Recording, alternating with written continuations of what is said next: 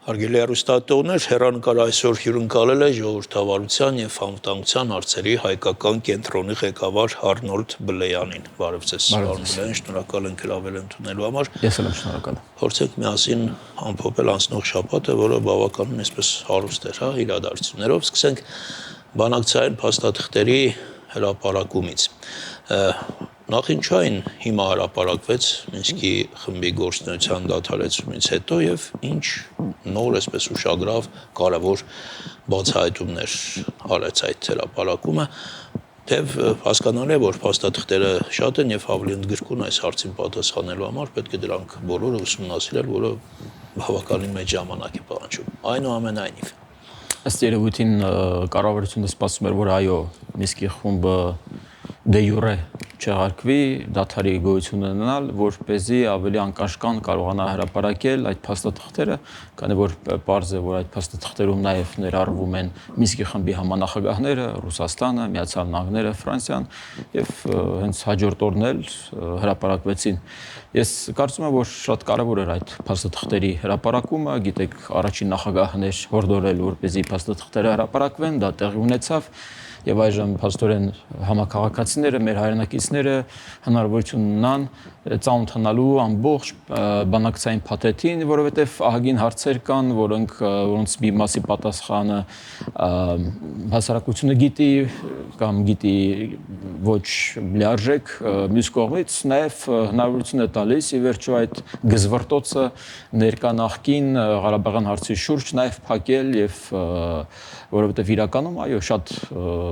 բաներ, որոնց մասին մենք արդեն իսկ տեղյակ էինք, արդեն տեսանք սևը սպիտակի վրայով գրված, ու այստեղ արդեն հարցեր չեն առաջանում։ Այսինքն մասնավորապես երկրորդ նախագահի տարիներին, մասնավորապես այդ մեղրի փոխանակման տարբերակին, մասնավորապես այն ժառանգությունը, որը թողրել է Սարգսյանը արդեն գործող իշխանության հնարավորությունները, շատ կարևոր էր այդ ամենը հասկանալ, ուսումնասիրել, իհարկե ժամանակ է պետք, որովհետև իրականում այո, ամբողջը պետք է կարդալ, ուսումնասիրել, քննարկել, վերլուծել փորձագետների հետ, համապատասխան մասնագետների հետ։ Որքանով եք հասցրել ինչ-որ բան կարդալ, վերլուծել, ինչ-որ այսպես շատ քան բան հայտնաբերել, որովհետև դե տեսեք, իհարկե հասարակությունը մեծ մասը չի կարդալու այդ փաստաթղթերը, ավելի շատ դա պետք է անեն մասնագետները, քաղաքագետները, փորձագետները, արդյունքների մասին արդեն տեղեկացնեն հասարակությանը։ Այո, իդեպ, եթե օրինակ մասնավորապես երրորդ նախագահների շտաբերից խնդիրներ կան հրապարակված փաստաթղթերի վերաբերյալ, հենց կոնկրետ բուն փաստաթղթի շուրջ իրեն կարող են իրապես բանավեճ ծավալել գործող իշխանության հետ, դա կլինի թե առաջին դեմքերի, թե երկրորդ կամ երրորդ դեմքերի մակարդակով, որը կդառնա ավելի պրոդուկտիվ։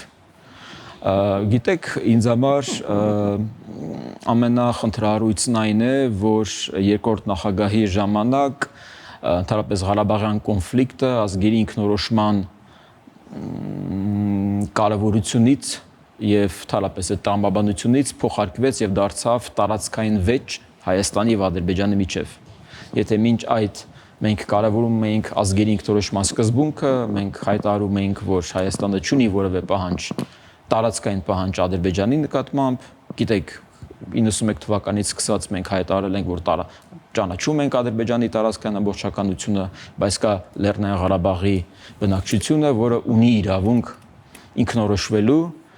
այդ կերպ մենք նաև փորձում ենք տարանջատվել Մերձնեստրից, Հարավային Օսիայից, Աբխազիայից, ինչ որ միտեղ ընդհանրություններ գտնել կոսովական սցենարի հետ, բայց երբ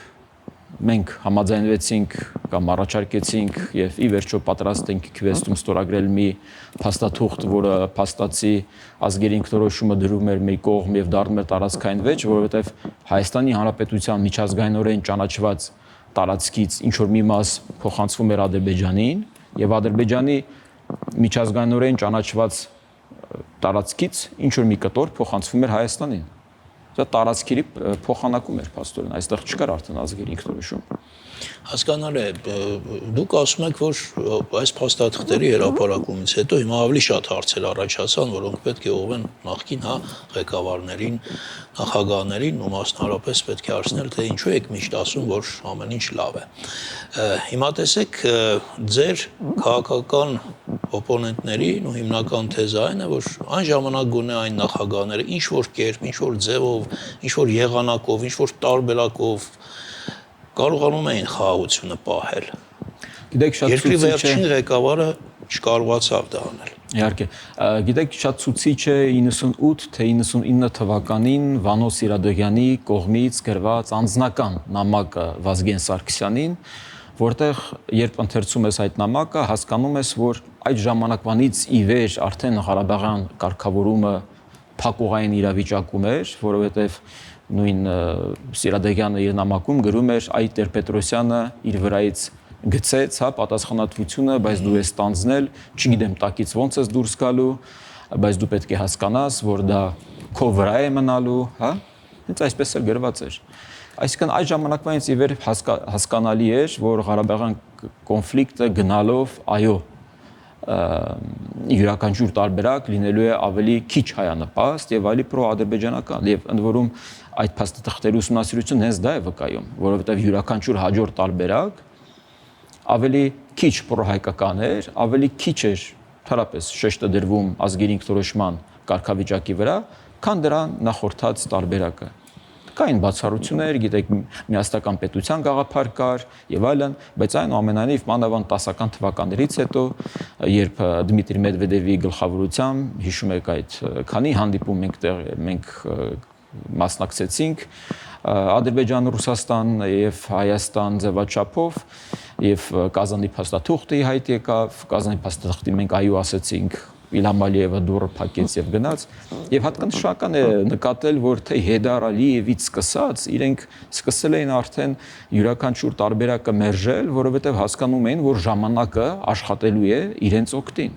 Այսինքն ինչ էին օրինակ իրենք մեղրին վերցնեն եւ իրենց տարածքը տան մեզ, եթե ժամանակի ընթացքում իրենք կարող են իրենց տարածքը նորից վերցնել իրենց եւ հետո արդեն աչք դնել մեղրի վրա, չէ՞։ Ինչպես ամենահզոր թեզը, որ ասում են դիմությունը, այդ մարդիկ կարողացել են պահել խաղաղությունը։ Չգիտեմ ինչ գնով, բայց պահել են։ Ես բացատրում եմ, շատ պարզ է։ Ուղղակի այդ ժամանակ դեռ Ադրբեջանը չուներ բավարար ռեսուրս ռազմական ճանապարհով լուծելու այդ հարցը։ Եվ իրենք ուղղակի այդ ժամանակ նախագահ էին։ Իդեպ ընդդիմությունը նաև ուշադրություն էր ավերում այն հանգամանքի վրա, որ ոչ բոլոր փաստաթղթերն են հրապարակվել։ Ինչ որ թող իրենք հրապարակեն, շատ կլինի, շատ լավ կլինի, ես գիտեմ օրինակ խոսքը գնում է Քիվեստի պայմանագրի մասին, առաջարկի մասին, որը ըստ իշխանությանը չկան իրենց ռեստրում, բայց կարծում եմ իշխանության ներողությունը դիմությունը ունի եւ թող իրենք հրապարակեն։ Թող իրենք իրենց տարբերակը հրապարակեն։ Վարչապետը ասում էր, որ այս բանակցությունները երբևէ ոչ մի անգամ չեն եղել խնդրի լուծման մասին, այլ եղել են Հայաստանը ինչ-որ տեղ նաև Ադրբեջանը թակարդի մեջ պահելու մասին։ Դա այդպես էլ եղել է, տեսեք, որովհետև մենք նկատում ենք օրինակ Ղարաբաղյան կոնֆլիկտի, հա, ցավալի հանգուցալուծումից ի վեր այդ թակարդը թե Հայաստանի, թե նաև Ադրբեջանի մասով գրեթե վերացել է։ Եվ հետևաբար եւ դա նորմալ է, որովհետեւ երբ իշխանությունն ասում է թակարդ, նա չի ասում թե ում ձեռքին թակարդ, բայց բոլորս հասկանում ենք, որ խոսքը գնում է Ռուսաստանի Դաշնության մասին։ Այդ թակարդը Միացյալ Նահանգների կամ Ֆրանսիայի ձեռքերում չէր։ Երբևէ մենք չենք զգացել մեր վրա համանդեպս այդ թակարդի գործարկումը մեր նկատմամբ՝ ի տարբերություն Ռուսաստանի։ Հասկանալի է։ Շատ հեղինակավոր Բլումբերգը երեք գրել էր, թե Թուրքիայում քննարկում են առաջիկա 6 ամիսների ընթացքում Հայաստանի հետ սահմանը բացելու հնարավորությունը։ Մյուս կողմից մենք հիշում ենք թուրքական պնդումները կամ կողմնորոշումները առայն, որ սահմանը կբացվի, եթե Հայաստանն ու Ադրբեջանը այլևս որևէ խնդիր, կոնֆլիկտ չունենան։ Այս գրառում, այս միտքը ենթադրում է, որ 6 ամսվա ընթացքում հայ-ադրբեջանական բոլոր խնդիրները պետք է կարգավորված լինեն։ Դրանից առաջ նույն նույն Ֆիդանը նաև հայտարարել էր, որ 26 թվականի առաջին կեսում հնարավոր է արդեն խաղաղության համաձայնագրի ստորագրումը եւ սահմանի բացումը, գիտեք, որ կարծեմ հենց տարեսկզբին, հաջորդ տարեսկզբին գուցե արդեն երրորդ երկրների համար այդ սահմանը բացվի, այդ համաձայնությունը մենք ձեռք ենք բերել տարիներ առաջ, Քլչ Ռուբինյան ձևաչափով Ես հավատում եմ, որ հնարավոր է եւ պարտադիր չէ, որ հենց համանդրությունը փոխվի, նոր այդ համաձայնությունը կնքվի։ Իդեպ այսօր Էլչին Ամիրբեկովը, Ադրբեջանի նախագահի խորհրդական եւս նշել էր, որ մեծ հույսեր կան, որ հաջորդ տարի արդեն պայմանագրի ստորագրումը կարձանագրել։ Այո, եւ շատ կարեւոր է, որ դա չկապվի համանդրության փոփոխության հետ, որովհետեւ շատ դժվար կլինի գնալ համանդրության հանրակրվի Բայց դե ադրբեջանական կողմը չի դադարում խոսել սահմանադրության փոփոխության մասին, նաև խոսույթից դուրս չի եկել երբեք Զանգեզուրի միջանցք արտահայտությունը։ Իրենք կարող են կոչել դա Զանգեզուրի միջանցք, մենք կարող ենք դա կոչել Տիգրան Մեծի միջանցք, դրանից բուն իրողությունը չի փոխվում, իսկ բուն իրողությունը այն է, որ դա միջանցք չէ այն տրամաբանության ներքո, որը ներառված էր նոյեմբերի 9-րդ կետում եւ ինչպես տրակտովկա էր արվում Ռուսաստանի եւ Ադրբեջանի կողմից այդ ժամանակ։ Այսինքն եթե մենք մաքսատուրք ենք գանձում, պաշտոնյա ասում է Զանգեզուրի միջանցք, պետք է այսպես դե անվանում եք ասած արհամարել, շատ լուրջ չվերաբերվել։ Իրենք արդեն ասել Զանգեզուրյան միջանցք եւ իրենք այնքան են խոսել համնական փոփոխությունների կարեւորության մասին, որ իրենք չեն կարող արդեն հետ քայլ անել եւ դադարել խոսել դրանից։ Եվ հետեւաբար իրենք երբ արդեն այդ ճանապարհը կբացվի, դա կլինի Թրամփուղի, մենք մաքսատուրքեր կգանձենք, մենք ունենանք վերահսկողություն բեռնափոխադրումների նկատմամբ, իրենք կշարունակեն ամենայն հավանականությամբ այն կոչել Զանգեզուրյան միջանցք։ Իսկն ասենք, որ այդ խոսույթի մեջ կոշտ ռետորաբանություն չկա, վտանգ չկա, ռազմական ինչ-որ էսկալացիայի մասին չկա, եթե որևէ ռազմական ներկայություն չկա, այդ թվում ռուսական կամ ադրբեջանական, էլ ինչ միջանցք։ Միջանցքը դանցինգներ, միջանցքը այն էր իրենք ինչ էին առաջարկում, երբ ռուս ԱԴՑ սահմանապահները պետք է գային եւ կանգնեին, եւ մի օր այդ միջանցքը պետք է լաչինացվեր, եւ մենք կորցնենք վերահսկողությունը։ Քիչ չեն այն շրջանակները քաղաքագիտական ու փորձագիտական որտեղ պնդում են, որ Ադրբեջանը պատրաստվում է Հայաստանի դեմ պատերազմի, օրինակ են բերում, որ ամբողջ Արցախի տարածքը ռազմական ենթակառուցվածքներով է հիմա հագեցած, այնտեղ ինտենսիվ շինարարություն է տարբեր ուղղություններով տարվում եւ մեծ մասը հենց կարծես ռազմական նշանակության օբյեկտների մասին է խոսքը։ Որտեւ Ադրբեջանը բոլոր սցենարներին պատրաստվում է։ Օրինակ այս տարի հունվարի նա արդեն ուներ ռազմական սցենար հարձակվելու Հայաստանի վրա։ Նա սպասում էր, երբ Դոնալդ Թրամփը կստանձնի նախագահությունը, հիշում եք հունվարի 10-ին էր նա ստանձնում նախագահությունը եւ իր պատկերացմամբ նա իր ձեռքերը կլվանա այնպես ինչպես դա տեղ ունեցավ 2020 թվականին եւ նա անխոչնդոտ կհարձակվի Իսկ Հայաստանը բոլոր սցենարներին ինչպես է պատրաստվում։ Մենք 24 ամսյա ծառայություն դարձնում ենք 18 ամիս, նաև որոշակիորեն կրճատում ենք ռազմական բյուջեն։ Մի կողմից սա դրական ազդեցություն ունի հասարակության վրա, բանակի տևողության կրճատման հետ կապված, մյուս կողմից ռազմական բյուջեի կրճատման հետ կապված հասարակության որոշ շերտերի մոտ առնվազն մտահոգություն է առաջացնում։ Նույն Ադրբեջանն էլ օրինակ իր ռազմական բյուջեն կրճատել հաջորդ տարվա համար։ Գիտեք, ադրբեջանական ռազմական բյուջեն առանց այն էլ մի քանի անգամ բարձր է Հայաստանից, այնպես որ կարծում եմ անհամեմատելի է։ Իդեպ երկրորդ նախագահը ստանձնում էր նախագահությունը,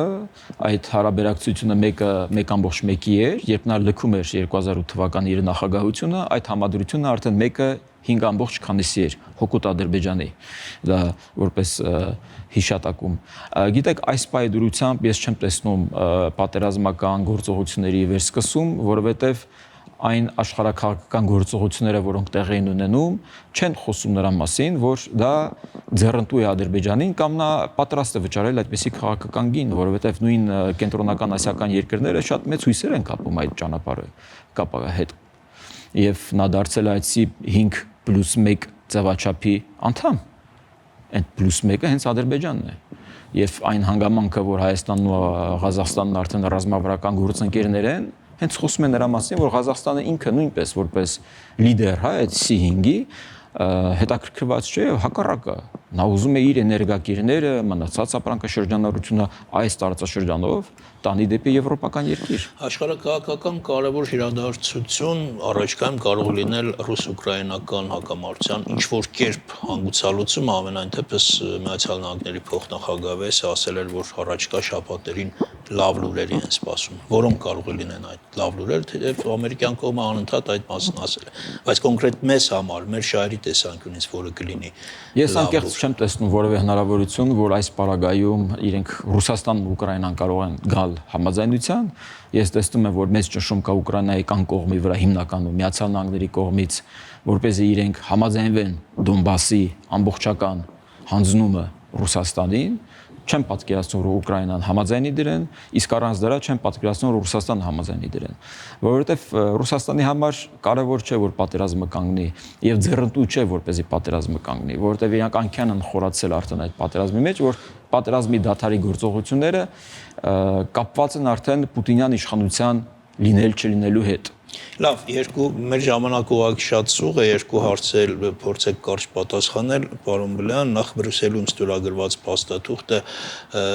գործընկերության ռազմավարական օրակարգի մասին այն ինչ ներուժ ունի Հայաստանի համար, փորձեք կարճ։ Շատ կարևոր է Եվրոպական միության հետ մենք պետք է հնարավորինս արագ ինտեգրվենք, որովհետև Եվրոպական միությունը դա այն միությունն է, որտեղ պետք է լինի Հայաստանի Հանրապետությունը ի վերջո, որովհետև այլ տարբերակ պարզապես գույություն չունի։ Չկա որևէ այլ տնտեսական եւ քաղաքական միավորում, որտեղ Հայաստանը կարող է իրեն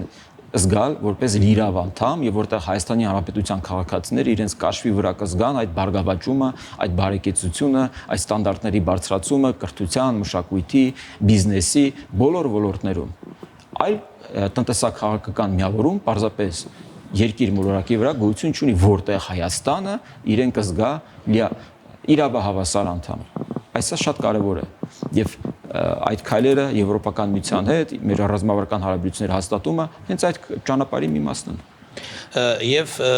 դուք ձեր Facebook-յան էջում հատուկ կարևորություն եք տվել Հռոմի Պապի եւ Մեծ Տան Կիլիկիո կաթողիկոսի հանդիպանը, հնարավոր է այդ հանդիպանը ինչ որտեղ շոշափվել է նաեւ մեր առաքելական եկեղեցու շուրջ ստեղծված ճգնաժամը եւ տեսեք վերջին շրջանում բարձվեց մի մեծ խումբ հոգեվորականներ, եպիսկոպոսներ, շարքեպիսկոպոսներ աջակցում են կաթողիկոսին